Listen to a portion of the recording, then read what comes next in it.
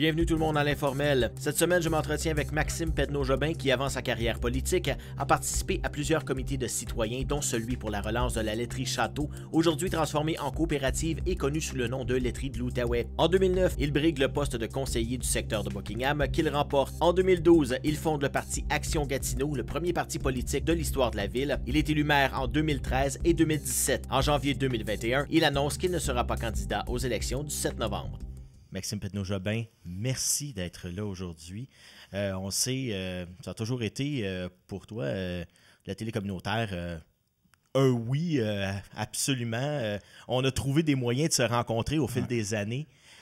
J'ai pas souvent dit non, puis là, j'ai dit non à peu près à toutes les entrevues, sauf une avec la Colombie-Britannique, pour parler, depuis que je suis maire, là, pour parler des catastrophes, des inondations, parce que je trouve que c'est important un peu d'apprendre de ce que les autres ont vécu.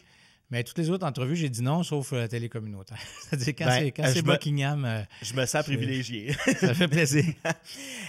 Je regardais ça, 5 mars 68, c'est drôle parce que c'est ta journée de fête, ta naissance. Moi, je suis né le 6 mars. Et puis, je me disais, bon, ça fait 53 ans, 54 ans en 2022. Je regardais la feuille de route. C'est quand même assez impressionnant. Puis on s'en parlait un peu hors d'onde. Quand on se recule et on regarde l'arrière, on fait un bilan, évidemment, à des périodes de notre vie. Est-ce que tu as eu le même constat de dire « Hey, j'ai-tu tout fait ça dans ma vie? » Bien, j'ai eu ce sentiment-là peu de temps après l'élection, là, depuis que j'ai plus de job. J'ai organisé mes archives numériques là, parce que, justement, là, aller d'une bataille à l'autre tout le temps, on n'a pas tout le temps de s'organiser autant qu'on voudrait. Ça fait que je regardais la laiterie, conseiller, maire, deux mandats de maire, mais avant ça, la petite bataille pour protéger le parc à côté de l'église. Après ça, on appelait ça la colline fleurie. On avait essayé de fleurir autour du... Ça n'avait pas bien marché, mais bon, autour du château d'eau. Puis ça, en plus d'un paquet d'autres engagements, même aux autres niveaux, notamment au niveau provincial. Fait que oui, j'en ai travaillé pas mal, mais j'ai 53 ans, puis j'ai le goût de travailler encore, là. Oui, parce que là, on sent... les études en sciences politiques, on en parlait même avant au secondaire, président de son école secondaire, on sentait un peu la fibre politique. Quand est-ce que la décision a été prise de dire je m'en vais en sciences politiques? Est-ce que c'était, comme on dit en anglais, un no-brainer? Non, c'est pas tant la politique qui m'a attiré, moi, que les gens vont dire que c'est les mêmes affaires, mais c'est pas tout à fait vrai. C'est comme l'action collective. Tu sais, moi, je rêvais pas d'être président de mon école. Je trouvais qu'il y avait des problèmes. Tu sais, je me trouvais que la bouffe était pas bonne dans la cafétéria. Il appuyait pas assez l'équipe de football. Je me suis présenté avec des projets comme ça. Puis c'était un peu la même chose pour Buckingham. Tu sais, à un moment donné, j'écrivais des chroniques dans le bulletin. Je faisais des chroniques à Radio-Canada. Puis je me suis dit, tu sais, c'est bien beau de dire aux gens quoi faire, mais ça serait peut-être bon d'aller le faire moi-même. Ça fait que... Puis la science politique, les études là-dedans, ça s'est fait un peu naturellement. Là. C'était pour un peu comprendre le monde dans lequel on vit. Là. Puis c'est ça qui m'a attiré là-dedans. Mais je n'étais pas un super bon étudiant moi, à l'université. Ma mère a toujours dit que mon frère étudiait à l'Université d'Ottawa, puis moi, j'étais inscrit à l'université. C'est un peu comme il y avait un humoriste qui avait dit ça fait 6 ans que je suis au cégep, j'ai enfin décidé de m'inscrire. Oui, c'est ça. Puis en plus, président de la Fédération d'étudiantes de l'Université d'Ottawa, c'est quand même pas rien non plus. Pour quelqu'un qui se dit pas super bon étudiant. C'est-à-dire que j'étudiais pas, justement. J'étais à la Fédération étudiante, puis c'était extraordinaire comme expérience parce que moi, j'avais 22 à l'époque, à peu près, 22-23. Puis je faisais des points de presse avec la radio française, la radio anglaise, le journal anglais, le journal français, puis pendant une certaine époque, TV Zoom, là, qui était la télé étudiante. Fait que là, c'était un point de presse en bilingue à 23 ans, puis avec des journalistes qui, je dis des vrais entre guillemets. Là, moi, je n'étais pas un vrai politicien, eux autres non plus, mais on se prenait tous pour des vrais. Ça fait que c'était des vraies questions, puis c'était travaillé. Puis ça fait que ça a été une expérience extra. La politique étudiante, là, puis ça barde, la politique étudiante, c'est pas simple. Là. Ça fait que c'est une école extraordinaire pour apprendre, en fait, ça, l'action collective. C'est quand il y a un problème dans notre entourage, comment on fait pour le régler, puis quand on est à la tête d'une organisation politique, comment ça marche, là, les principes que j'ai appris à cette époque-là étaient les mêmes qui s'appliquaient 25 ans plus tard. Oui. Parce que la politique, bon, on a beau essayer de changer, il y a quand même des préceptes qui reviennent. Là. On ne change pas la politique comme ça en claquant des doigts dans quelques années. Là. Non, puis je pense que c'est une bonne affaire parce qu'on n'a pas encore trouvé de meilleur système pour régler nos problèmes collectivement. Là. Tout le reste est moins bon. Puis la politique, ben c'est pas tout le monde qui est bien emballé par ça, mais c'est nécessaire. Ça prend des gens qui gèrent notre argent commun, là, les fonds publics. Si on a des hôpitaux où tu peux y aller, puis tu es n'importe qui, puis ça ne te coûte rien, tu rentres, tu sors, ben ça, c'est parce qu'il y a des gens qui ont fait de la politique. Évidemment, ça coûte quelque chose parce qu'on paye des impôts, mais c'est un système extraordinaire. Quand on se compare à ce qui se fait ailleurs dans le monde, c'est parmi, malgré tous ses défauts, un des meilleurs. Puis ça, ben, c'est la politique qui fait des choses. Puis là, j'aurais pu prendre les écoles. Si t'es riche, t'es pauvre, tu vas à la petite école, tu vas aller à l'école secondaire, même au cégep, même à l'université. Au Québec, ça coûte pas grand-chose. Fait que ça, même s'il y en a qui s'en plaignent, d'ailleurs, mais ça... Oui, puis il y a une réflexion à faire sur tous ces sujets-là. Est-ce que ça devrait être gratuit du début à la fin, là, du CPE jusqu'à l'université? Moi, je fais partie de ceux qui pensent que oui. Mais tout ça, c'est des débats politiques.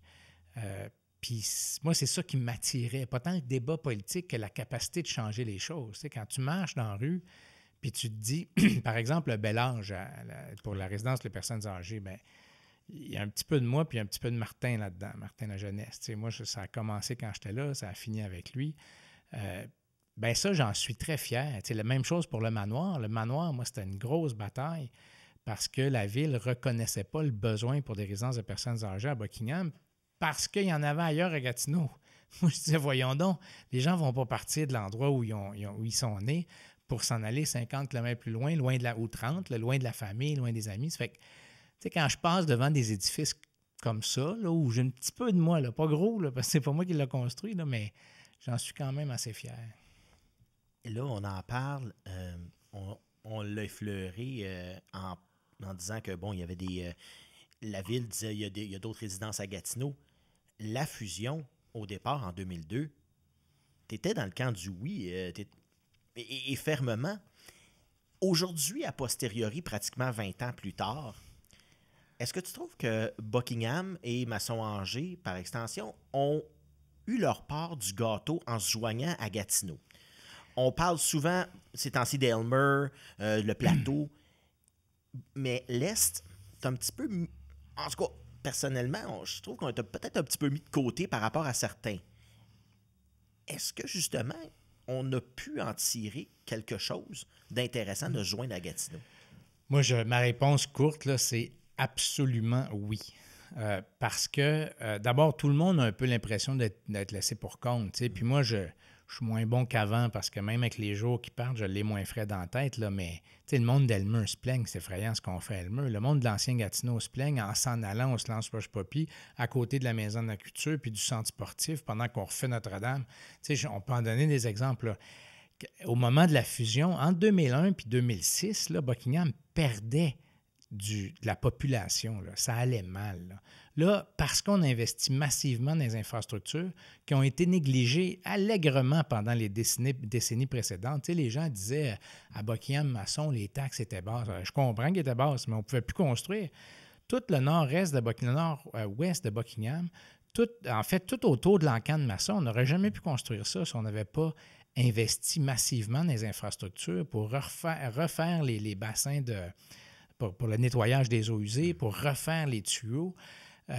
Les anciennes villes n'auraient pas pu faire ça. Là, il reste la rue Georges. Il reste des rues en masse, là, mais on a fait la moitié de la rue Georges, il reste l'autre moitié. On a fait Joseph, c'était effrayant. L'eau jaune, moi, je me suis fait taper dessus pendant 2-3 ans comme conseiller sur les enjeux d'eau jaune dans l'Indenne, là, à côté du Petit-Québec. Là. Bien, ça, on l'a réglé, là, mais c'est à coût de millions que l'ancienne ville n'avait pas parce qu'ils ne taxaient pas. Tu sais, les gens, souvent, nous reprochent de trop taxer, mais si tu ne taxes pas à 2-3 % chaque année, là, tu construis des routes puis tu ne taxes pas assez pour entretenir pour l'avenir. Ça fait que, moi, là, je n'ai pas le goût de faire ce débat-là parce que je ne suis plus là, mais si un jour on voulait faire le débat, là, moi, je suis convaincu que, chiffre à l'appui, là, Buckingham, la fusion, c'était une bénédiction pour Buckingham. Et j'ajoute Masson-Angers. Parce que Masson-Angers, c'était facile. Ils n'investissaient pas dans les infrastructures où ils faisaient le minimum, puis ils consommaient leurs produits souvent en Buckingham. Donc, ils venaient sur nos routes, ils venaient à notre bibliothèque. Fait que, tu sais, je ne veux pas repartir les chicanes en faisant ce débat-là, mais si on faisait la liste là, des gains puis des pertes, là, la liste des gains est bien, bien, bien plus grande. Dans les inondations, là, l'armée qui débarque, quand je dis l'armée, je ne parle pas de l'armée canadienne, je parle de l'armée de fonctionnaires municipaux, là, les bleus, les pompiers, les policiers qui débarquent à Masson. Là. Il n'y avait pas ça, Masson. Là. L'expertise d'urbanisme, de loisirs, de sport. On n'avait pas ça dans les anciennes villes. Là. C'était tout petit. Là. Ça fait que pour moi, le débat, il est même non existant. Là. Je suis sûr que les historiens vont dire là, que pour l'Est, là, une des meilleures décisions de l'histoire, ça va avoir été de la fusion. J'en suis profondément convaincu. On parlait de taxation. Je ne peux pas passer à côté. Il y a certains médias qui t'ont surnommé, peut-être pas assez péjorativement, Max la taxe. Parce que, bon, à chaque projet qu'il y avait, on le sentait qu'il y avait, bon, puis ça en était même devenu pratiquement un running gag dans la population. Je me promenais un peu partout, puis à chaque fois qu'on annonçait un projet, bon, c'est quoi la taxe qu'on va nous augmenter? On va nous augmenter la taxe encore, les taxes vont augmenter. C'était tout le temps ça, puis ça revenait un peu sur toi aussi, parce que, oui. Bon, c'est toi qui l'annonce. Là, vu que je suis plus en poste, je vais utiliser des mots que j'ai pas toujours utilisés, mais... eu le droit d'utiliser. Pour moi, c'est-à-dire que j'aurais pu, mais, tu sais, pour moi, quand tu vas à l'épicerie, là, tu achètes quelque chose, là, ben, tu le payes. Mais quand tu construis quelque chose, là, tu le payes. Ça fait que si tu taxes pas pour, tu payes en avance. Ça fait que c'est une façon de penser puis une approche un peu... c'est là où je veux faire attention aux mots que j'utilise, mais tu sais, ça n'a pas d'allure. Tu peux dire Max la taxe, mais on le prend où l'argent? De la Soche Poppy, là, on le voulait-tu ou on le voulait pas? Pour nos jeunes, là, on le voulait-tu? On voulait-tu 3 glaces pour nos jeunes ou on le voulait pas? Bien, il faut que tu le payes. Tu sais, à un moment donné, si tu veux-tu que les rues se refassent, à Buckingham, là, les infrastructures, c'était un des endroits, en fait, les vieux centres-villes, un des endroits les pires à Gatineau. Là, je ne le dirai pas trop au monde de Hull, là, mais quand on refait nos infrastructures, une partie des taxes qu'on prend pour le faire, c'est à Hull. Parce que les taxes de toute Buckingham, là, à l'époque, c'était autant de taxes que juste le casino. OK. Tout le monde à Buckingham, là. Wow. Ça fait que quand tu construis quelque chose, il faut que tu payes pour. C'est que moi, Max Lataxe, j'ai toujours trouvé que c'était souvent le même monde qui dit en même temps, on ne veut pas payer de taxes, mais on veut que nos rues soient refaites. Mais le beurre, l'argent du beurre, la ferme puis le MAPAC, tu ne peux pas tout avoir. À un moment donné, il faut que tu fasses des choix puis il y a un prêt à payer. Puis on donne beaucoup d'importance à ces critiqueux-là. Mais dans les faits, là, les sondages de l'UMQ, les sondages des médias ici, les sondages disent toujours la même chose. La hausse de taxes n'est pas un gros facteur de vote. Les gens choqués sont bien choqués, mais la masse de monde, là, s'ils sentent qu'ils en ont pour leur argent, puis si on leur explique, là, ils ne se choquent pas ces taxes. C'est pas ça qui fait que le monde se mobilise pour aller voter. Bon, on parlait de Slush Poppy. Là, il y a un autre complexe multiglace dans le plateau. Les gens ont sursauté quand ils ont vu la facture potentielle. On parle d'autour de 100 millions. Ça a quand même été un gros morceau. Déjà, on venait d'avoir Slush Poppy avec les déboires que ça a connus. Un peu, il y avait eu des problèmes au niveau du financement. La ville a fallu qu'elle injecte un peu plus d'argent. Là, les gens se disent, est-ce qu'on va vivre la même chose? Bon, les gens de l'Est vont dire, encore le plateau et Elmer. Donc, comment on fait pour, à un moment donné, on veut faire des projets, on veut que ça soit beau. Comment, choisir le projet pour que ce soit bon? Puis on se dit tout le temps, à un moment donné, il y en a un qui va chialer en quelque part, c'est clair, parce que... il y en a toujours qui chialent. Puis ça, c'est un gros, gros défi de la politique. C'est... Tu sais, moi, après que je suis convaincu que c'est nécessaire, tu sais, genre, prenons le tramway, là. Mm-hmm. Moi, je suis convaincu que c'est profondément nécessaire. Je veux dire, on est déjà dans le trouble à l'ouest de Gatineau. puis ça va prendre 10 ans pour le construire. Ça fait que dans 10 ans, on va être dans le trouble pas à peu près en termes de transport tout court, là, parce que c'est tout le transport qui est congestionné. Bien, après que tu es convaincu que c'est ça que ça prend, tu te bats pour, puis ceux qui chialent, bien, c'est ça la démocratie. T'sais, on pourrait aussi ne rien faire, puis dire, OK, tant qu'on n'aura pas 100% des gens d'accord, on ne fera rien. Bien, on ne fera jamais rien. Puis moi, je pense que c'est ça la difficulté, c'est de faire le tri entre les gens qui critiquent parce que ça a un impact. Je vais vous donner un exemple à Buckingham, un de mes souvenirs les plus importants de porte-à-porte. J'étais conseiller, puis j'ai fait Buckingham je ne sais pas combien de fois. Là. J'avais vraiment vu tout le monde. Puis je cogne à une porte, puis le gars, il dit « Toi, là, viens ici. » Déjà en partant, c'est... Il dit « Viens en arrière. » Puis c'était l'été, en tout cas, il me montre son jardin. Il dit « Moi, là, mon jardin, là, j'ai rien que ça dans la vie. Moi, ton centre sportif, j'y vais pas. Ta bibliothèque, j'y vais pas. Moi, toutes tes affaires. » Là. Puis il disait « T'es » parce qu'il accusait comme tous les politiciens en même temps en me parlant à moi. Là. Je ne suis même pas élu encore. Mais il disait « Tout ça, là, ça ne m'intéresse pas parce qu'à chaque fois que tu augmentes... » Puis il dit « Moi, j'ai un revenu fixe. Je suis un retraité. Là, puis à toutes les fois que tu augmentes la taxe de 1%, là, moi, j'ai 1% de moins d'investissement dans mon jardin. Parce que c'est ça que je fais dans la vie. » Puis moi, j'étais contre à peu près tout ce qu'il disait. Tu sais, j'étais pour le centre sportif, j'étais pour les bibliothèques, j'étais pour... Mais ça m'avait vraiment marqué parce que je me disais, quand tu dépenses une pièce, il faut que tu sois sûr que tu le fais pour la bonne raison. Puis qu'il va y avoir assez de gens qui vont avoir un gain. Puis j'avais essayé d'y expliquer, mais ça ne donnait rien. Il était juste choqué. Tu sais, d'y dire, si les jeunes ne patinent pas, là, ben, ils ne sont pas en forme, puis ils meurent plus vite. Puis ils ne sont pas capables d'aller travailler pour s'occuper des plus vieux. Puis tu sais, on a un intérêt à ce que nos jeunes fassent... Le bien collectif. Le bien collectif. La bibliothèque, là, l'avenir est là. Moi, on ne me fera pas à croire que l'avenir n'est pas dans le cerveau et dans la matière grise des gens. Là. C'est ça qui fait qu'on va faire de l'argent, qu'on va être riche comme société plus tard. Mais ça commence avec des bandes dessinées, puis ça commence avec des livres dans la bibliothèque. Là. Ça fait que il y a tout le temps du monde qui va chialer. Puis au bout de 12 ans, tu es un peu tanné de ça. Mais il reste qu'il faut que tu sois convaincu de ce que tu veux faire puis que c'est bon pour ton monde. T'sais. Puis après ça, ben, tu te bats. Puis si tu gagnes le vote, tu as gagné. Si tu le perds, tu pars au prochain projet. Il faut être bon vendeur, dans le fond. Bien, il faut être convaincu. Moi, j'aime pas beaucoup le verbe « vendre » parce que c'est vrai là, qu'au sens de l'expression, il faut être bon vendeur. Il faut être capable de convaincre puis d'expliquer. Il faut être bon pédagogue. J'aime mieux ce mot-là. T'sais. Puis ça se peut qu'à la fin, ils ne soient pas d'accord, les gens. Puis c'est eux qui décident, puis c'est leur argent. Ça fait que j'en ai perdu des votes, moi, sur 12 ans, mais... Puis ça me fait moins mal que pas mener le débat. T'sais. Quand tu es convaincu que c'est bon, comme les bibliothèques, j'en ai perdu pas mal des votes, puis à la fin, j'ai gagné toutes. Puis d'après moi, l'avenir va me donner raison. Là. On a fait celle du Plateau, on va refaire celle d'Elmer. Celle de Buckingham, c'en est une de celles qui a beaucoup gagné de la fusion. Tu sais, les premières années après la fusion, les gens disaient le service à la bibliothèque, là, parce que là, tu peux avoir des livres de partout à Gatineau. Là. Tu peux avoir des services de l'animation qu'on n'aurait pas autrement, qui fait une tournée dans Gatineau plutôt qu'aller juste à Hull, qui était capable de se le payer. Ça fait que je pense que l'avenir va me donner raison sur certains investissements, comme la Maison de la culture. Tu sais, la BIN avait voté contre, puis il y avait plein de gens qui étaient mobilisés contre. Maison de la culture, là, personne ne chiale contre ça aujourd'hui. Là. C'est une grande source de bonheur. Ça et compagnie. Ah oui, c'est extraordinaire. Puis ça, ben, tu n'en auras pas à Buckingham.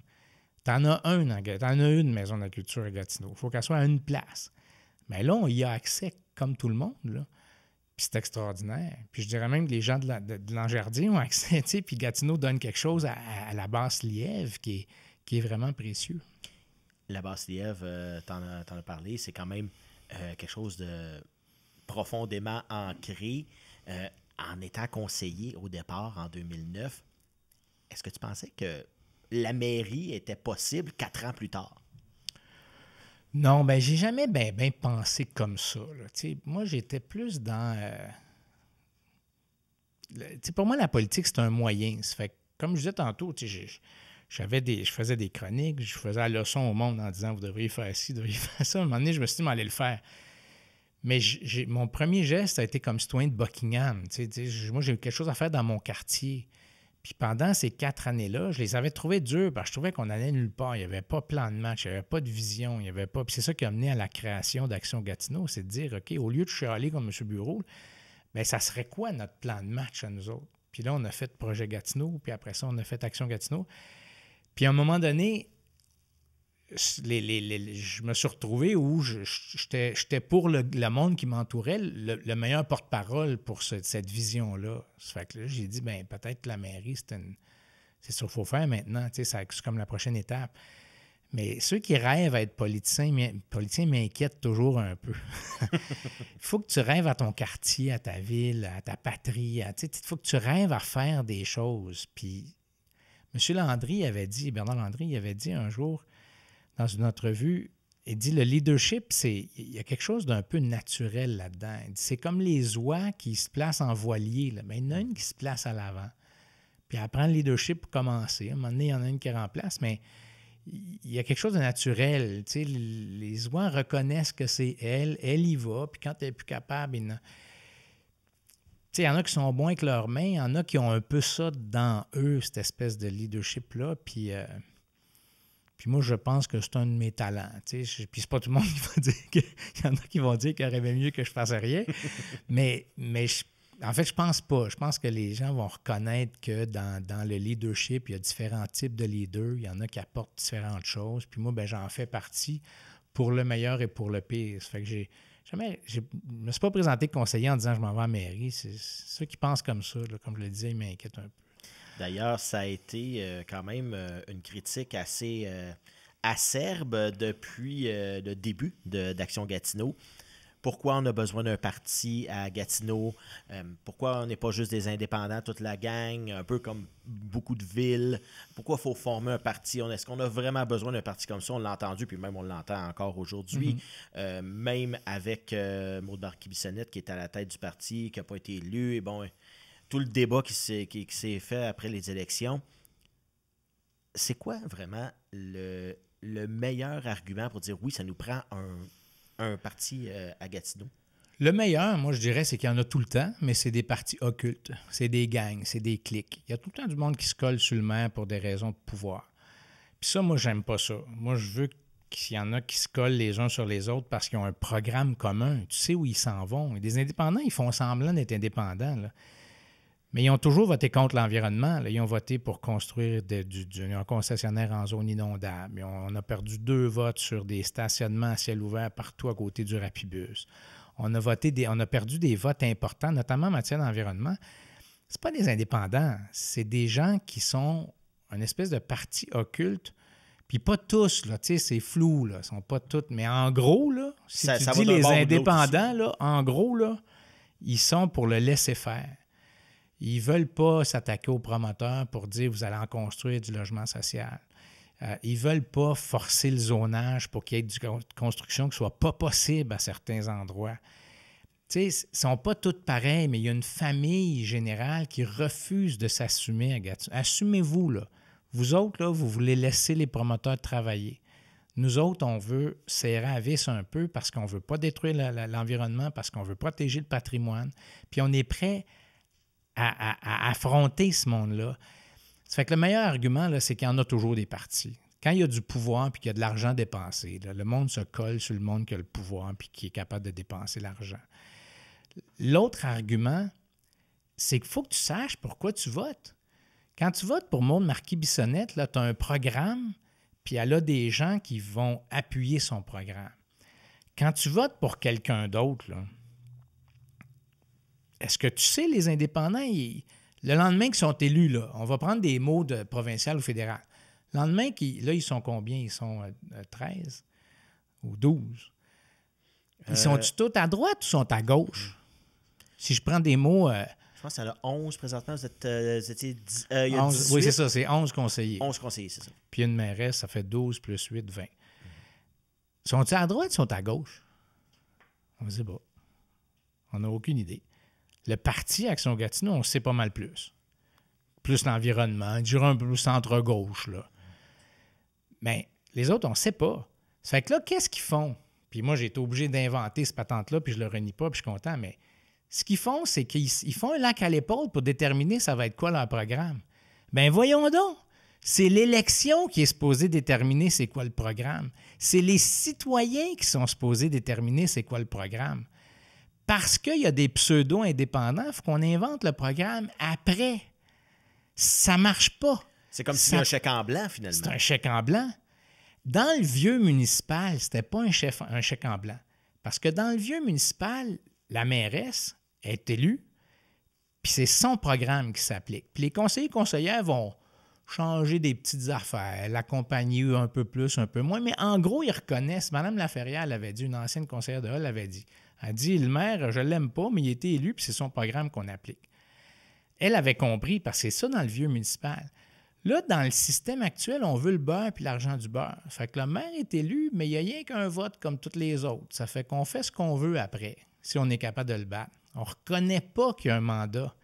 Du point de vue de la gouvernance, l'absence de parti là, dans une grande ville, là, c'est fou raide. Ça prend un parti ou plusieurs là, qui ont des idées différentes, puis que les citoyens choisissent entre ces idées-là.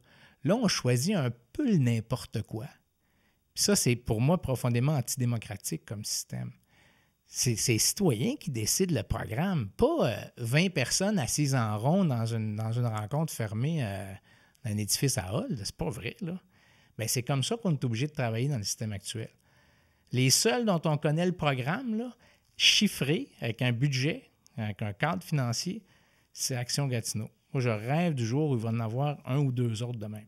C'est possible de, justement, pour éviter, bon, on parlait de gens tout azimut un peu. On sait, le Parti québécois, c'est pas mal la réunion de plusieurs partis avec des gens qui pensent relativement pareil, mais bon, il y a eu des chicanes intestines dans les années. Est-ce que, justement, vu qu'on ne sait pas trop où ils sont, s'il y en a qui se réunissent en partie, est-ce qu'on peut justement avoir une certaine démocratie puis éviter de ce genre de problème-là, de la cacophonie? Moi, je pense que c'est possible, mais il faut qu'on sorte du système où tu as un autre argument, c'est parti. C'est quand c'est des indépendants, en fait, la campagne se fait sur une personnalité. Moi, je suis fin, je vais être proche du monde. La moitié des slogans des indépendants au Québec, là, c'est une formulation plus ou moins différente de « je vais être à l'écoute ». C'est toujours ça. Moi, je suis plus capable d'entendre ce genre de slogan-là parce qu'ils n'en ont pas de programme. Ça fait que quand on va faire des campagnes autrement que sur les personnalités, moi, je pense que les partis vont émerger. Mais là, on est pognant encore au municipal dans un système où c'est beaucoup la personnalité qu'on met sur la table. Je dois arrêter pour l'instant. Il nous reste quelques secondes. Je voudrais remercier ceux qui nous ont écoutés sur Ma TV Outaouais ou sur TVC Basse-Lièvre. Nous, on continue l'entrevue, mais n'oubliez pas, l'entrevue est disponible sur YouTube. On est aussi sur SoundCloud, Apple Podcast, Spotify et sur Facebook, on a une page. Merci d'avoir été là. Bon, on continue justement sur cette lancée-là. Les partis peuvent émerger, mais est-ce qu'il y a justement une volonté des indépendants de se regrouper en partis? Parce que, on dit les indépendants se disent indépendants, disent on est contre, exemple donné, le parti Action Gatineau, peu importe le parti qui soit. Après ça, ce sera un peu comme se tirer un peu dans le pied ou parler des deux bords de la bouche. Mais ils ont peu d'intérêt parce que, d'abord, il y a une portion des gens qui n'aiment pas les partis. Ça fait qu'eux autres, ils misent là-dessus en disant, si tu pars avec, je ne sais pas, moi, 25% des gens qui n'aiment pas les partis, ça fait bien des votes que l'autre n'a pas. Là. Ça fait que tu vas aller chercher, c'est assez facile. Bien, ça fait qu'ils ont peu d'intérêt à faire ça. Sinon, l'intérêt général, c'est mieux que Gatineau, là, si tu as deux gangs qui s'affrontent avec des vrais cadres financiers, des vrais programmes, puis là, ils ne seraient pas en lac à l'épaule si on avait deux partis. Là, ils seraient en train de voter le budget en fonction du programme qui vient d'être appuyé par la population, puis du cadre financier appuyé par la population. On gagnerait 1 an et demi à peu près d'ouvrage à chaque mandat si on avait ça. Parce que là, on perd 1 an à essayer d'inventer le programme puis le nouveau cadre financier. C'est que le premier vrai moment où un nouveau conseil prend des décisions solides, c'est le deuxième budget. On perd du temps. On perd 25% du mandat parce qu'on n'a pas ça. Ça fait que je ne sais pas si un jour ils vont le faire. Moi, je pense que dans les grandes villes, ils n'auront pas le choix. Puis tout ce que je dis, là, s'applique moins aux petites villes là, parce qu'il y a d'autres outils démocratiques. Mais dans les grandes villes, il y a des partis partout. Montréal, le nombre de partis au Québec augmente. Ça varie d'année en année, mais globalement, il augmente depuis 20 ans sans arrêt. Puis ça, c'est même ce qui se passe dans le monde. Parce que ce qu'on appelle les gouvernements locaux, là, prennent de plus en plus de force, de plus en plus de responsabilités, de plus... Tu sais, avant, quand c'était aqueduc, égout, asphalte, là, le gars, il va, puis il va-tu augmenter les taxes un petit peu plus, un petit peu moins, tu sais, s'il n'y avait pas bien... Là, c'est développement social, lutte à la pauvreté, développement économique, culture, accès aux loisirs, au sport.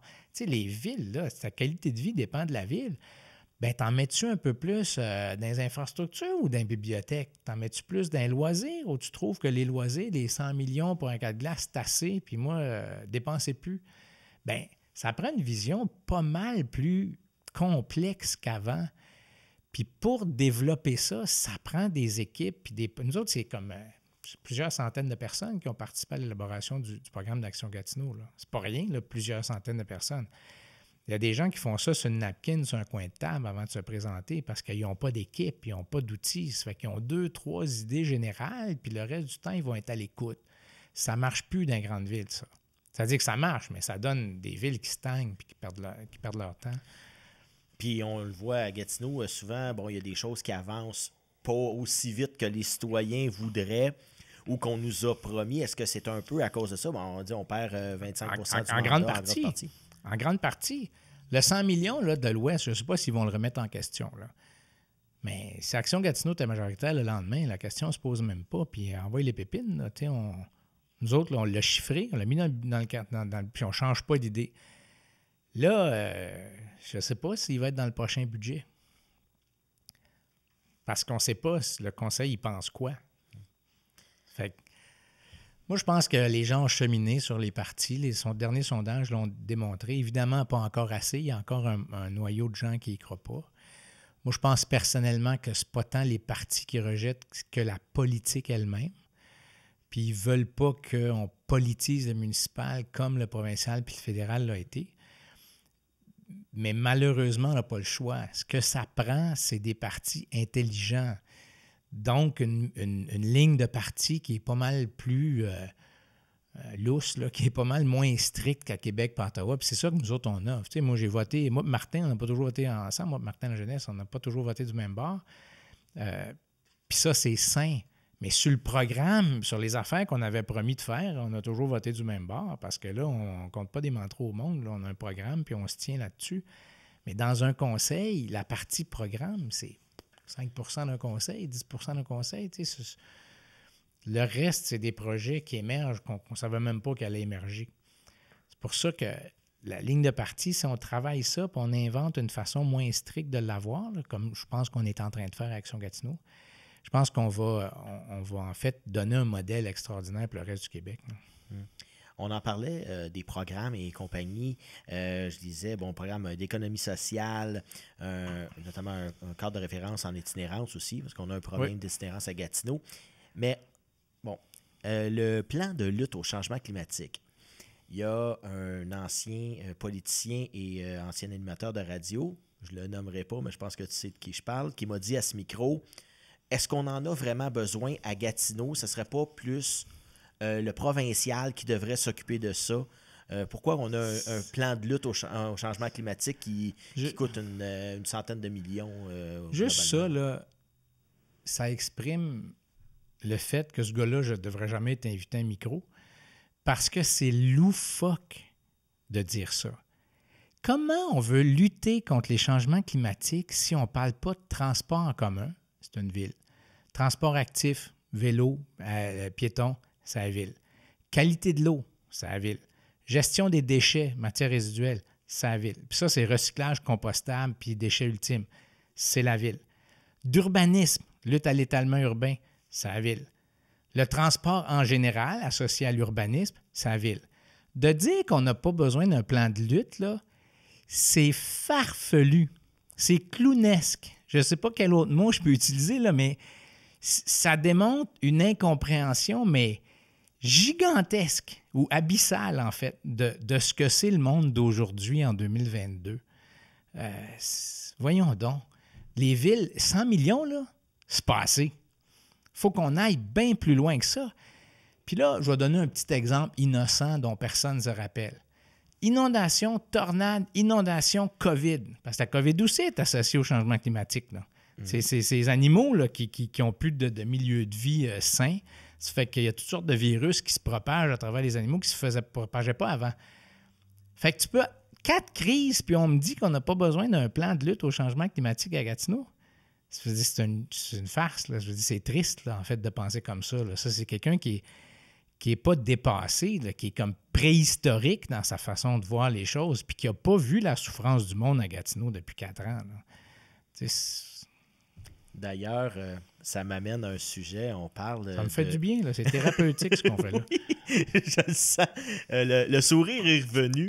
Puis ça je rappelais, parce qu'on a fait la guignolée des médias, la dernière qui a eu lieu sur la rue en 2021, elle a été faite, mais en 2019, avant la pandémie, on était sur le coin de la rue, toi et moi, puis à un moment donné, on parlait du contrat de Richebourg, là, les déchets, puis tout ça, puis l'inefficacité un peu, puis comment il fallait pas renégocier le contrat, mais on a redonné le contrat, en tout cas, dans ce coin-là, on parlait de déchets puis de matières résiduelles.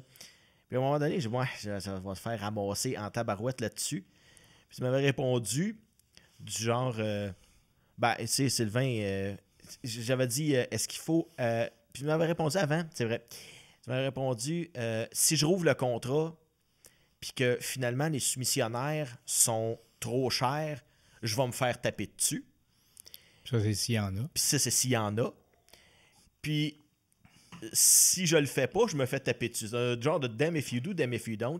Ce que j'avais répondu, écoute, faut-tu être maso pour s'en aller en politique, autant municipale que fédérale que provinciale? Puis tu m'avais répondu, tu sais, Sylvain, il faut pas le prendre personnel. Mais j'avais senti un petit... Puis je ne savais pas que la réflexion était entamée, représente tout, représente pas. On parlait de pratiquement 2 ans des élections. Donc, on était un petit peu passé la mi-mandat. Enfin, je me dis, peut-être que...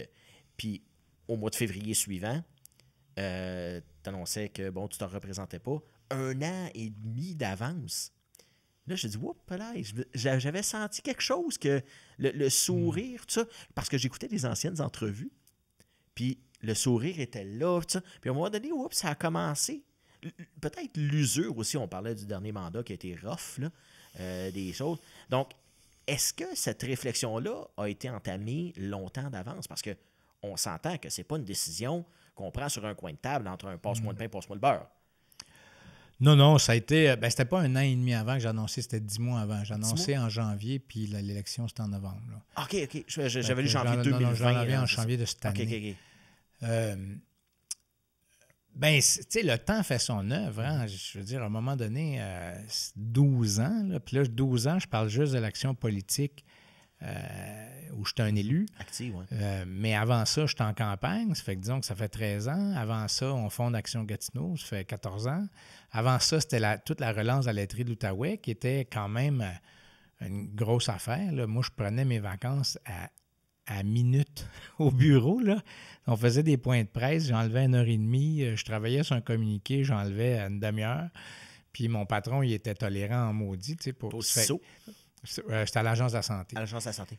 Puis le CISO n'existait pas à l'époque. Oui. Puis on a... ça fait que, tu sais, c'est beaucoup d'années intenses. Puis ça aurait été intense si ça avait été normal. Mais en plus, fonder un parti politique, le premier de Gatineau, après ça, inondation, tornade, inondation, COVID, puis ça fait que même si ça avait été normal, ça aurait été dur 12 ans. Mais moi, je pense pas que j'ai eu bien normal. Fait que c'est là où, à un moment donné, il faut savoir aussi quand on a... quand en partie, on n'a plus la patience, puis j'ai plein d'énergie pour faire plein d'affaires, mais il y a des pitons sur lesquels il ne faut pas peser. Il y a des choses où j'ai plus de tolérance. Puis c'est pour ça qu'à un moment donné, il faut savoir, il faut que quelqu'un d'autre prenne la relève parce que si je continue, ça va mal finir. Puis là, on sentait que, justement, tu sentais que moi, je sentais que j'étais rendu là. Il y a des sujets où le citoyen qui, je vais le dire comme ça, mais qui dit des niaiseries, qui te pose des questions sur un sujet que ça fait 100 fois que tu réponds, 1000 fois que tu réponds, mais il mérite le même respect que la première fois. Puis là, je dis le citoyen, mais c'est pas tant les citoyens qui me tombent ses nerfs que, par exemple, certaines personnes dans les médias. À un moment donné, tu as le goût de dire, Ça fait 100 fois, je te l'explique, tu n'es pas d'accord, puis là, on tourne en rond. Puis ça fait que ce monde-là a besoin du même respect. Il faut que tu restes calme, il faut que tu l'expliques, il faut que tu restes pédagogue, comme je dis au début. Il faut que tu... Puis à un moment donné, ça, il y a un bout de ça que je n'étais plus capable de faire. J'avais juste le goût de dire, ben là, j'ai tout dit ce que j'avais à dire. Là, va voir lire ton ancienne entrevue, tu dis les mêmes mots de la même façon. Fait que, puis ça, c'est un petit exemple, là, mais il y a une partie de la fonction que j'avais plus l'énergie d'assumer. Puis encore une fois, j'insiste pour dire que j'en ai pour assumer d'autres choses, mais ça, là, c'est comme si je l'ai fait pas mal. Là. Le pouvoir, ça use à un moment donné, surtout quand on en parle. On n'a qu'à regarder, je donne un exemple, à Barack Obama, dans ses 8 ans, il a vieilli. Là, tu le regardes, mon Dieu Seigneur, il a donc bien vieilli. Ça paraît... t'as l'air... Ben, ma barbe est plus blanche, là. C'est ça, ben, c'est un peu large, on s'en va tous vers là, moi aussi. Mais à un moment donné, si on se lève le matin, puis quand est-ce... Y a-tu un déclic à un moment donné qui a dit, un matin, un événement particulier qui a fait comme, hey là, j'en ai plein de casse, j'abandonne ça, je me présente pas? Non, je pense pas. Je pense que un moment donné... tu sais, il y a des affaires où j'étais tanné. Tu sais. Comme je disais tantôt, il y a des pitons, il ne fallait pas trop peser dessus parce que je pétais les plombs. Tu sais, il y a des choses où j'avais de moins en moins de patience. Il y a des choses que j'aimais de moins en moins. Il y a des affaires auxquelles je rêvais. Je vais donner un exemple qui est à chacun nos rêves, là, mais moi, j'ai toujours pensé, en fait, dès que j'ai eu la vague idée de me présenter à la mairie, là, j'ai commencé à penser à mon discours d'assermentation. Je me dis, si je gagne, là, je dis quoi? C'est quoi mon premier discours? T'sais? Il y a des gens qui rêvent à toutes sortes d'affaires. Moi, je fais des discours dans mon auto. Je fais des discours dans ma douche. Fait à un moment donné, quand Moi aussi. je me suis dit, là, je me représente une 3e fois à la mairie, mais je n'avais pas tant le goût de penser à mon discours. Je me disais... Tu vas dire quoi? Ouais, C'est-à-dire que je savais en gros ce que j'allais dire parce que je sais c'est quoi les enjeux qui sont importants, mais j'avais comme pas le goût de m'asseoir. Mes 2 discours d'assermentation, là, dès que j'avais une idée, je m'en allais à l'ordinateur, je les notais, puis le discours, en fait, quand je me suis assis pour l'écrire, ça faisait 18 mois que j'y pensais. Ça fait qu'il est sorti assez facilement. Puis ça, ben, c'était un signe. Quand tu rêves plus à ces affaires-là, tu sais, quand tu n'es plus, surtout comme leader, comme chef, là, quand tu n'es plus en train de te projeter dans l'avenir pour dire, OK, là, Gatineau, on s'en va où? Là? Buckingham, on s'en va où? Qu'est-ce qu'on fait? Puis non seulement on s'en va où, mais j'ai le goût d'y aller, puis moi, je vais me mettre les mains sur le volant. Quand tu n'as plus le goût de faire ça, ou quand ça vient plus naturellement, il faut que tu te forces un peu, c'est là où je me suis mis à réfléchir. Là. Justement, on en parlait, on a effleuré le sujet. Le rapport aux médias, ça n'a pas toujours été facile, notamment avec une certaine station de radio et avec certains animateurs, qu'à un moment donné, je ne sais pas si le boycott était vraiment officiel ou si c'était plutôt officieux, de dire, ben ceux-là, je ne parle plus. Pourquoi, à un moment donné, comment on fait pour s'en dire... je parlerai plus à cette personne. Moi, j'aurais jamais cru dans ma vie là, boycotter un média. Puis j'ai jamais boycotté un média, j'ai boycotté une personne. C'est une émission. Puis quand c'était quelqu'un d'autre qui animait, des fois, je suis allé. Okay. C'est vraiment quand tu n'as pas un minimum de respect de la vérité, le respect des gens, le respect des faits. À un moment donné, le débat démocratique n'est plus possible. Quand c'est n'importe quoi, ce que la personne dit en avant de toi, puis encore pire quand tu n'es pas là, ça nuit à la région. Moi, j'avais l'impression, je me dis, maudit, il nuit à Gatineau. Là. Je veux dire, il est en train, on s'enfonce parce qu'il met des idées dans la tête des gens qui sont fausses. Il ment comme un arracheur de dents. Et à un moment donné, cautionner ça, moi, je veux plus cautionner ça. J'avais l'impression d'être plus propre après avoir fait une entrevue, parce que j'endosse quelque chose de pas acceptable dans l'espace public. Fait c'est pour ça qu'on s'en est rendu là.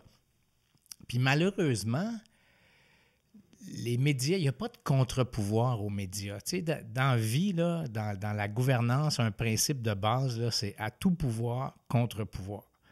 Parce que sinon, ça finit mal. Et les médias se corrigent pas entre eux, ou très, très peu. Ça fait qu'il n'y a pas de contre-pouvoir entre eux. Le conseil de presse, en fait, la FPGQ, là, la Fédération des journalistes, attaque pas la crédibilité d'un média. Ils défendent leurs membres. Fait que ce qui reste, c'est le conseil de presse. Puis le conseil de presse, c'est un tribunal d'honneur. Puis comme disait Dominique Payette dans Les Brutes et la Punaise, un livre sur les radios poubelles, il y a certaines radios qui n'ont pas d'honneur. Ça fait qu'un tribunal d'honneur, quand on n'a pas, ça vaut rien. Ça fait Il n'y a pas de dents non plus. Ils ne peuvent pas sévir. Ça fait qu'est-ce qui reste? Ben, il reste moi qui exprime ma liberté d'expression à moi. Ça fait que j'utilise des mots pas gentils, puis je décris ce que je pense être sa contribution à l'espace public. Puis j'ai jamais arrêté de le dire, puis j'arrêterai jamais.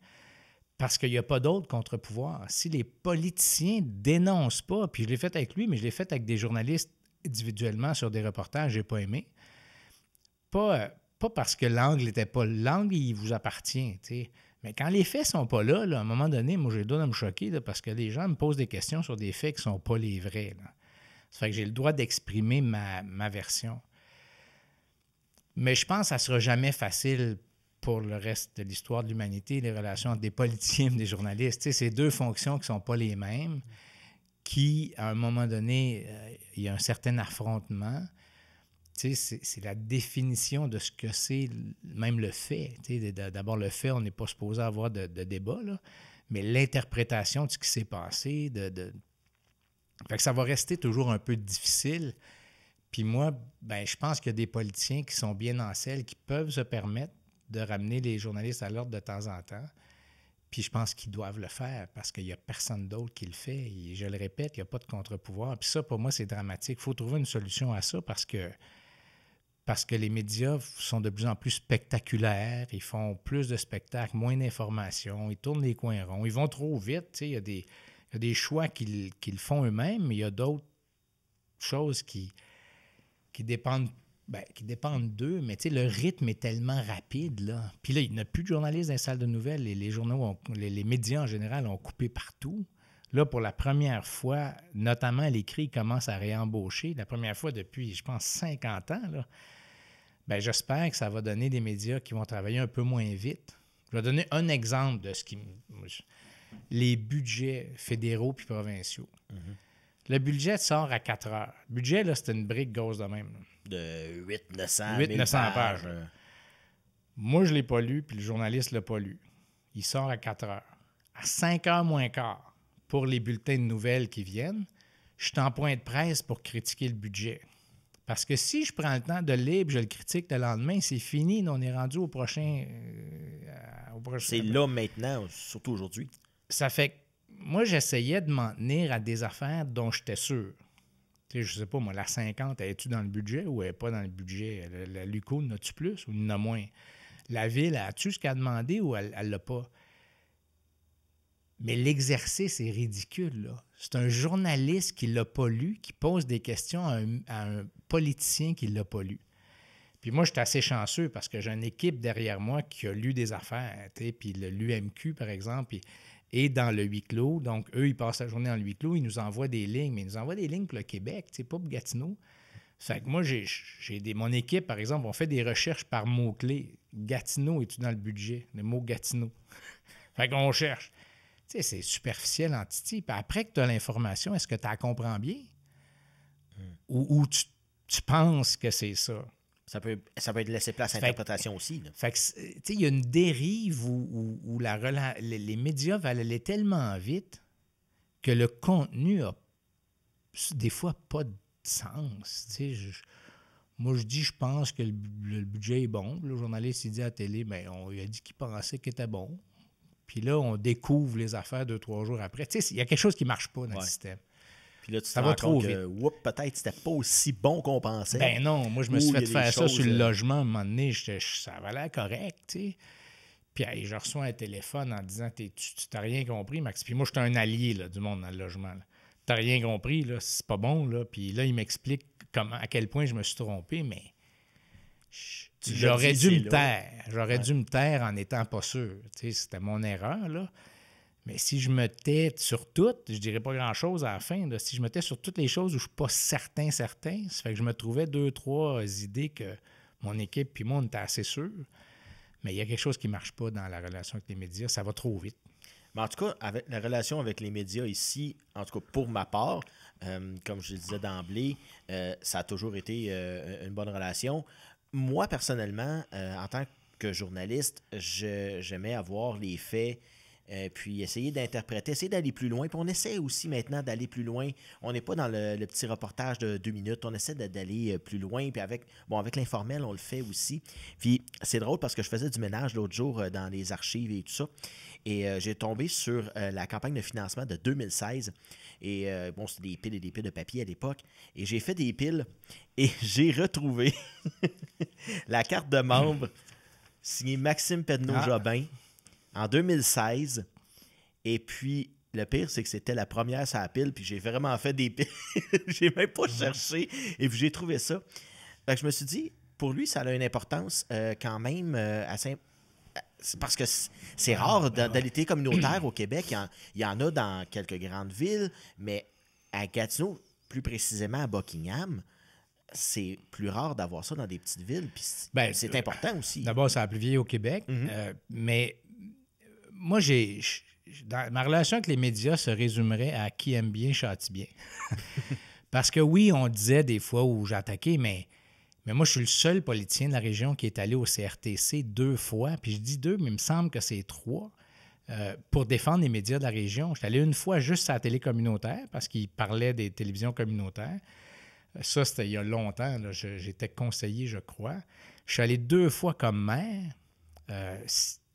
Maire conseiller, le maire au moins une fois, mais je pense que je suis retourné une fois. En tout cas, je dirais que c'est 3 fois au CRTC. En plus des mémoires, là, j'y allais pas juste pour faire pour défendre le financement des médias locaux. Parce que si la télé communautaire n'est pas ici, là, on est dans le trouble. Là. Si le bulletin n'est pas là, on est dans le trouble. Là. C'est-à-dire qu'on est dans le trouble. On ne sait plus ce qui se passe chez nous. On ne sait pas c'est quoi les débats chez nous. On n'a pas l'occasion d'entendre parler à peu près jamais de notre conseiller. Il faut que le conseiller brasse des grosses affaires pour faire le droit, puis faire TVA, puis faire... alors qu'ici, il vient une fois par semaine, je pense, ou par mois. Là. Avant, c'était ça. Là, mais quand il y a des gros sujets, on va le... Oui, on va l'interviewer. Cet accès-là de la communauté à ce qui se passe dans leur propre communauté, c'est extrêmement précieux. Là. C'est des petits-enfants qu'on met en valeur, c'est des gens d'affaires qu'on met en valeur, c'est des profs qui font des bons coups, c'est des défis de l'hôpital qu'on est capable de faire partie de la solution. C'est extrêmement précieux, le média local. Puis tout se montréalise. Ça fait que si on n'aide pas nos médias locaux, à un moment donné, on va savoir plus ce qui se passe dans les hôpitaux de Montréal que ce qui se passe dans l'hôpital de Buckingham. Puis ça, ça n'a pas de bon sens. C'est pour ça que moi, j'ai toujours défendu beaucoup Puis, tu sais, un bon média, c'est comme un bon syndicat pour un boss. Là.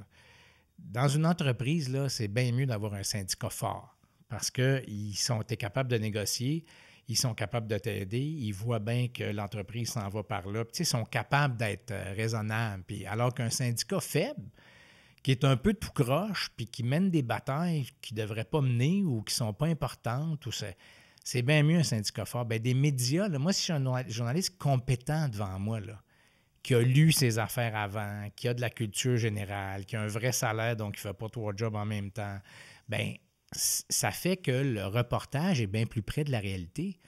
Sinon, c'est n'importe quoi. Puis je ne donnerai pas d'exemple, mais moi, des fois, j'en ai eu des questions farfelues là, de journalistes qui sortent de la cité collégiale. Il n'a jamais rien lu. Il fait 3 affaires en même temps.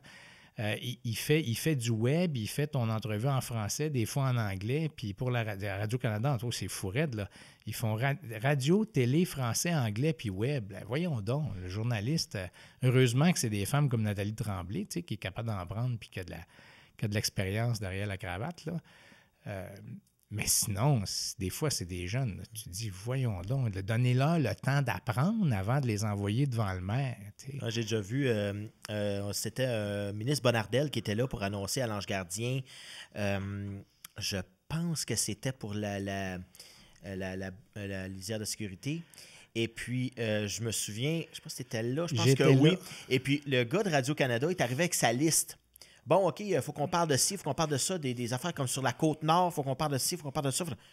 Non, c'est tout en regardant, en voulant dire, my God, OK, c'est parce que là, tu l'as en face. Il faut qu'il réponde à un paquet de questions, un paquet de dossiers, notamment c'était pour le FA Gauthier, notamment sur la Côte-Nord. Là, c'est tout à regarder, les journalistes, on le fait comme, my God! Oui, puis souvent, ils font ça en passant par-dessus tous les locaux. Là. Tu sais, ils n'ont même pas assez de respect, les nationaux, là, pour de dire on va laisser les journalistes locaux poser leurs questions, puis après ça, on embarquera dans nos affaires de nationaux. Prends-la à part, puis après ça... Moi, j'ai vu ça souvent, puis c'est insultant. Les journalistes locaux, ils se débattent là, ici. Là, ils n'acceptent pas toujours ça.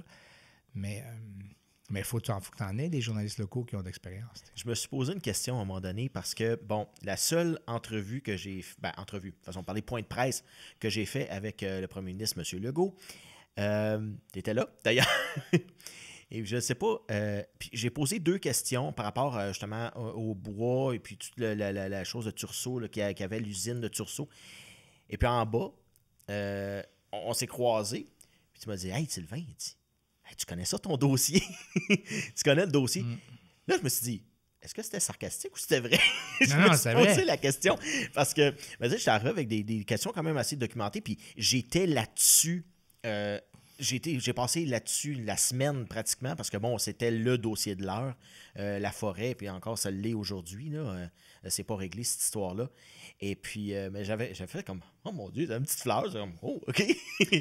C'est précieux, ça, parce que souvent, le journaliste local, là, il va avoir parlé, dans ce cas-là, j'imagine, au maire de Tursault, qui suit le dossier, il connaît par cœur, M. Roson, Benoît. Fait que l'apport du journaliste local est extrêmement important. Il est extrêmement important parce que tu as les grands enjeux, mais souvent, la vraie vie, là, c'est nous autres qui l'a localement. C'est pour ça que parler à un maire, c'est toujours payant pour un ministre ou un premier ministre, parce que le maire, il sait si ça ne marche pas sur le terrain. Là. Puis ça, de temps en temps, ils le font pas. Puis c'est là où les journalistes locaux, c'est important en lève le doigt en disant, ben là, c'est pas tout à fait ça, là. Voici comment nous, on le voit. Puis pour ça, je me répète, mais pour moi, l'importance d'avoir des médias locaux qui ont une certaine solidité, là, ça n'a pas de prix pour une communauté. Là. On l'a vu, malgré tout ce qu'on a pu faire, tout ce qu'on a pu dire, les gens ne sont pas allés voter aux dernières élections municipales. À Gatineau, on est dans le 30%, à peu près même dans...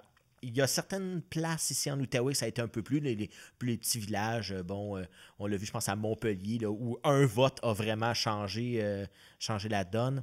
Mais ici, à Gatineau, on parle d'environ 15% des gens qui sont allés voter pour la mairesse actuelle, France Belle-Île. Et sur un 30%, donc on a dit que c'était à peu près 15% de la population de Gatineau qui a voté pour elle, et pourtant, elle est mairesse.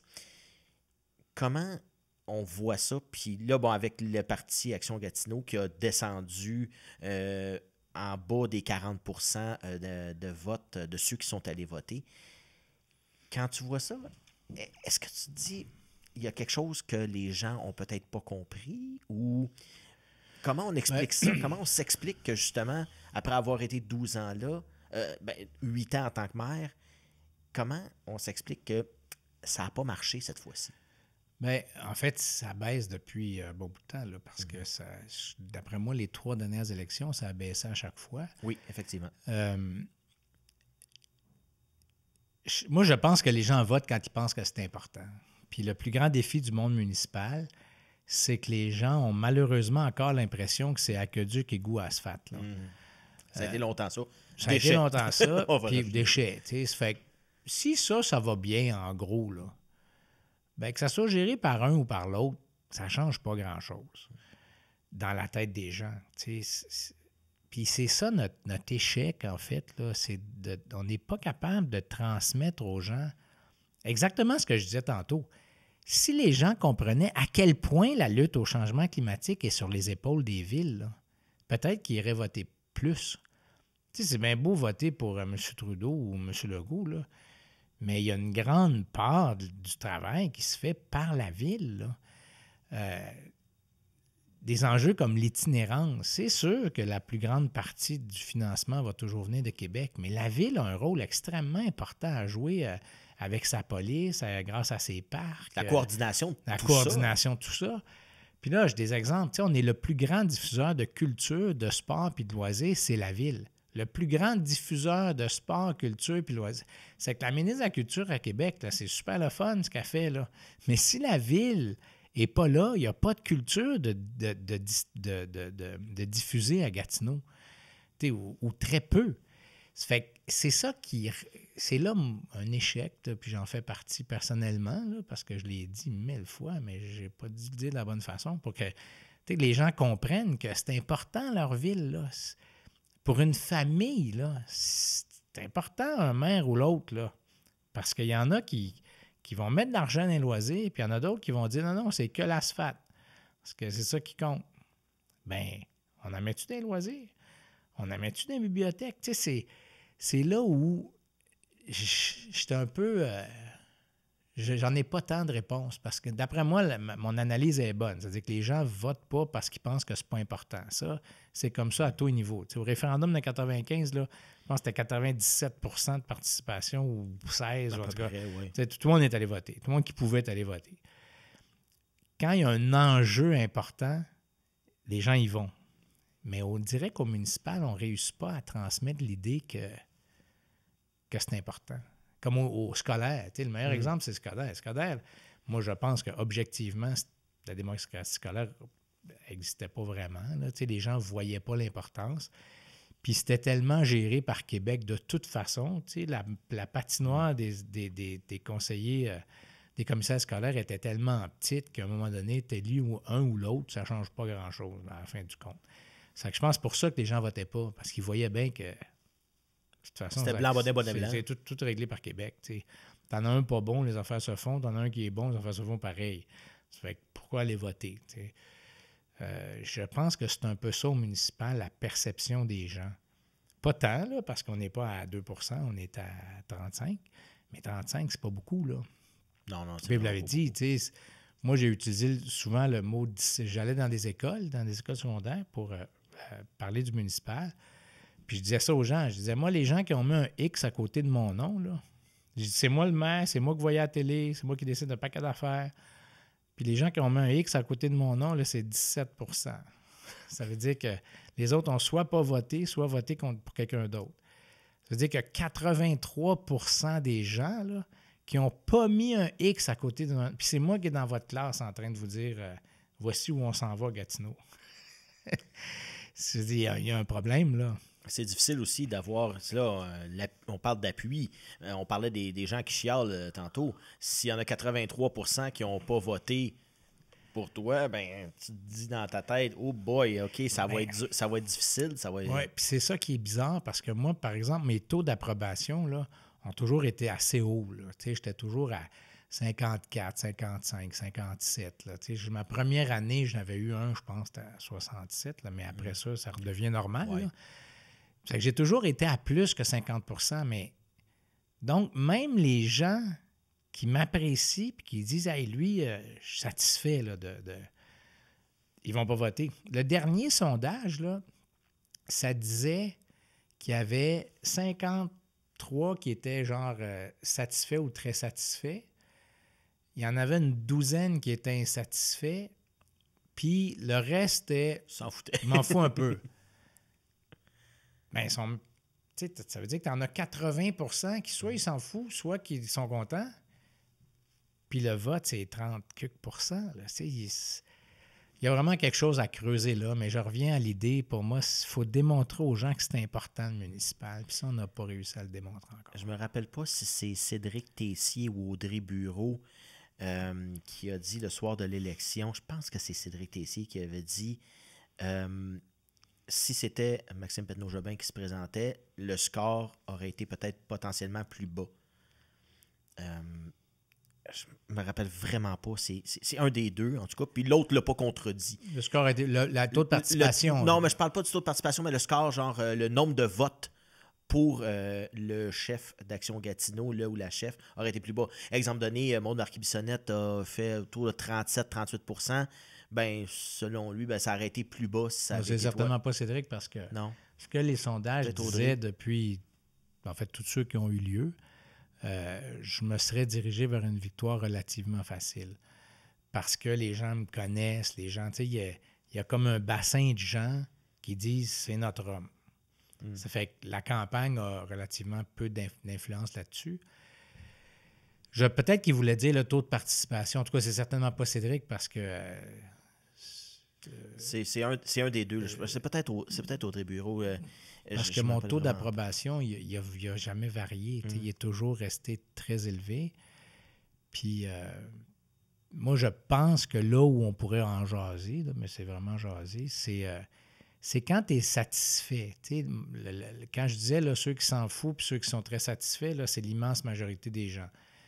Bien, ça fait que les gens vont moins voter. C'est peut-être ça qu'il disait. C'était peut-être pas le pourcentage du chef, mais le pourcentage de participation.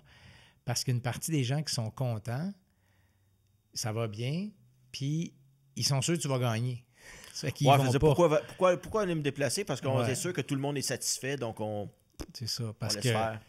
je serais bien curieux qu'elle dise que j'aurais un moins bon score parce qu'il n'y a aucun sondage qui a dit ça. C'est même le contraire. OK. Mais bon, ça a été dit, mais là, bon, on a vu, France Bellil a été élu contre Maud Marquis-Bissonnette. Il y a eu une transition, évidemment. Vous vous êtes parlé. Y a-tu un conseil, à un moment donné, que, je ne sais pas s'il a été dit ou que tu pourrais dire à France Bellil, du genre, ça, là, fais pas ça. Je l'ai essayé, ça marche pas. Tu vas te faire taper sur la tête avec ça, puis les gens vont t'en tenir rigueur pour le restant de ton mandat. Est-ce qu'il y a un genre de choses comme ça, le genre been there, done that? Il y a quelque chose qui m'est revenu d'en face tout le temps de mon mandat, puis ça fonctionne pas. Ça passe pas Vite auprès de des même, citoyens. là, je sais pas.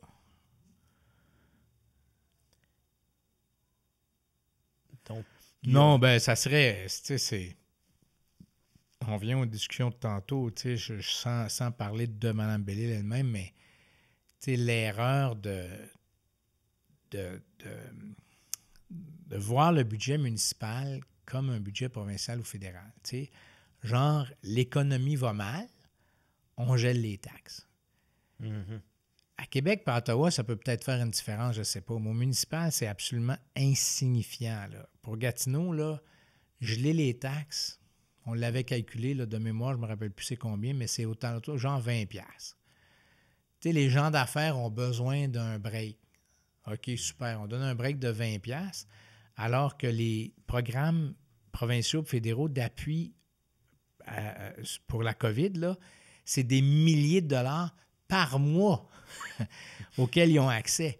Ça fait que le 20$, là, c'est de la politique pure. C'est que tu te dis, OK, on va gagner des votes en disant, moi, je vais geler les taxes.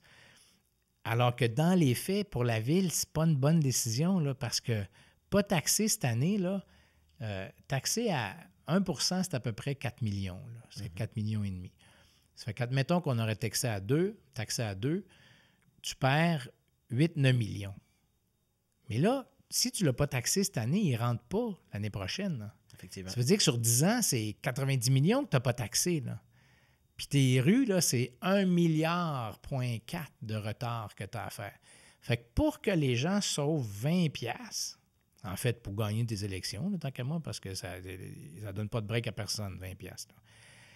Ben, tu te prives sur 10 ans de 90 millions. Hey, t'as fait ta rue Georges avec ton 90 millions. Là. Ça fait que moi, si j'avais un conseil aux politiciens en général, là, c'est laissez-vous guider par les faits. Là. Ça aide-tu le monde ou ça aide pas le monde?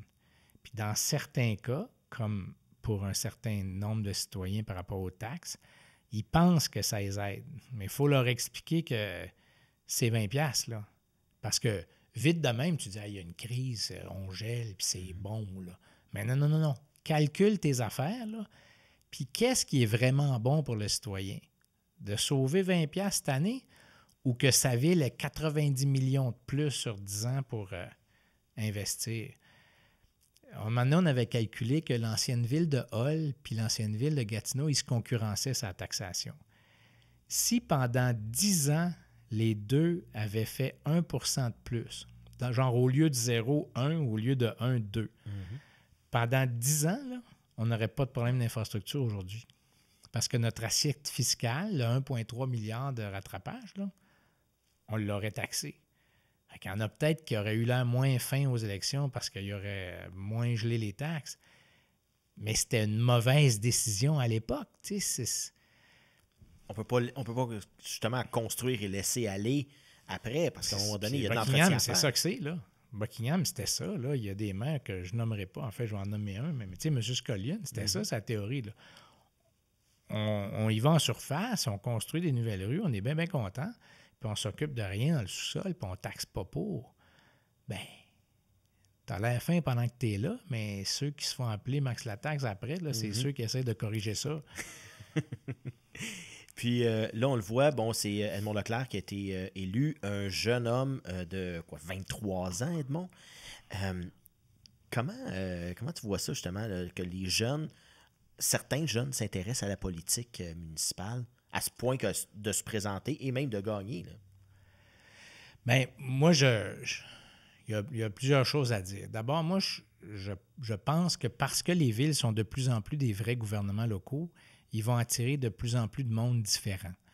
Tu sais, la présence de plus de femmes, là, c'est parce qu'il y a plus de monde. C'est pas juste les vieilles élites qui s'intéressent au municipal comme pendant des décennies, c'est tout le monde. En fait, tout le monde. Dans ceux qui sont intéressés par ça, ça se diversifie. Avant, c'était vraiment le gars à retraite qui allait gérer la ville, puis mettre sa contribution, son expertise au service de la ville. Puis c'était une administration, c'était pas un gouvernement. Là, il y a plus de monde qui s'intéresse à ça. Là. Notamment des femmes qui voient bien qu'il y a une partie de leur quotidien qui est touchée directement par la ville. Ça fait qu'il y a un beau mouvement de diversité. Diversité de sexe, là, hommes-femmes, diversité d'âge. Il y a plus de jeunes. L'UMQ a travaillé beaucoup pour qu'il y ait plus de jeunes. Puis de diversité d'origine culturelle.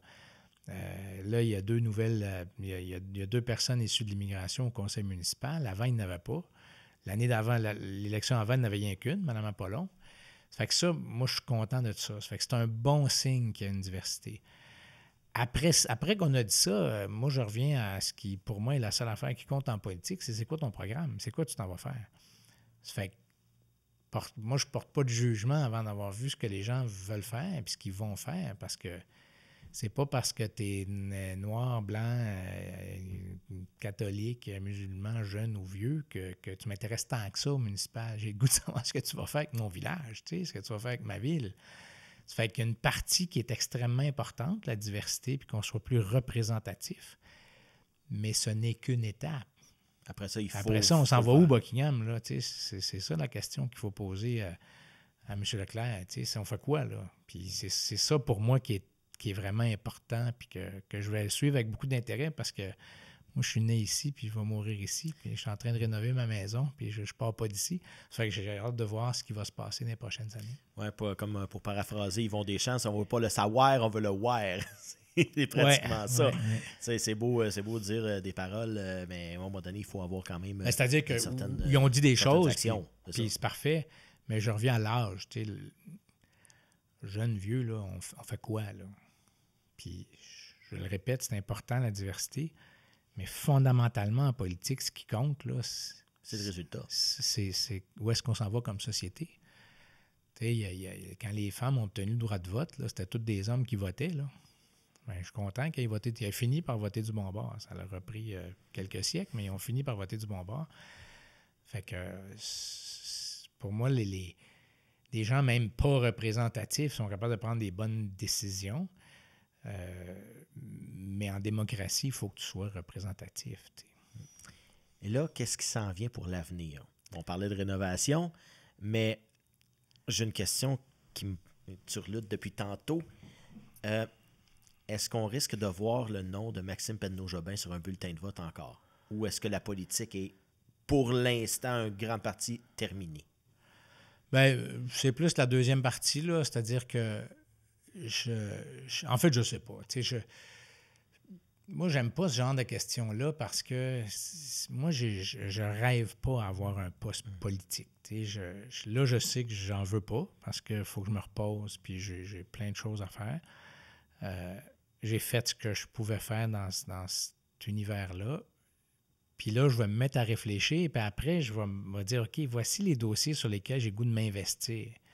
Mais après que je vais avoir déterminé ça, tu n'es pas obligé d'être politicien et t'investir là-dedans. Tu peux le faire à d'autres titres. Je vais donner un exemple. J'ai écrit un livre, puis je vais probablement en faire un autre sur la réforme du monde municipal.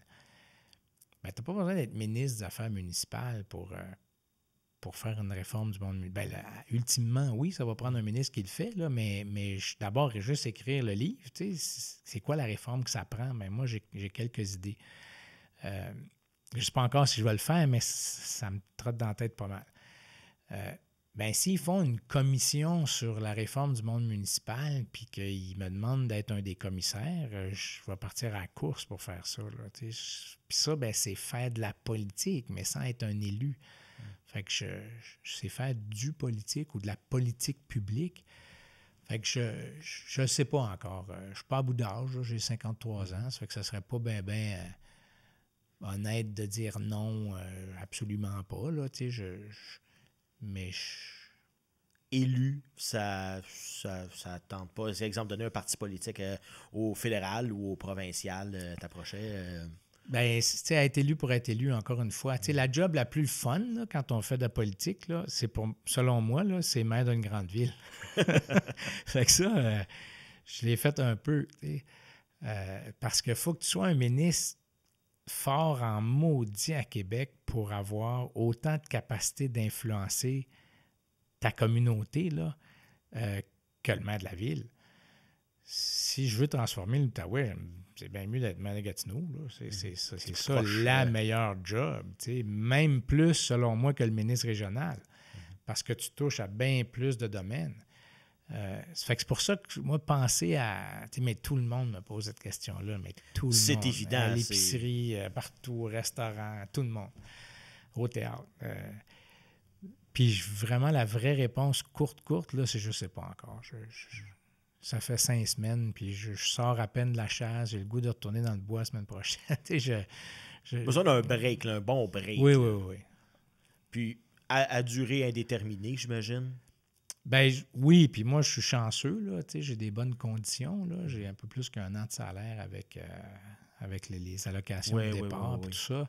Ça fait que je ne suis pas pressé non plus. Je ne suis pas un gars qui est pas indépendant de fortune, là, mais j'ai du temps. Là. Fait que je vais en profiter. Ben, c'est bon, on le souhaite. Puis merci beaucoup encore une fois. On se sent privilégié à Buckingham. Si tous les autres n'ont pas eu, ça fait plus d'1 heure qu'on parle, 1h15. Merci beaucoup, Maxime Penneau-Jobin, d'avoir venu à l'émission. Et puis, on souhaite que le meilleur. Ben, merci beaucoup. Merci.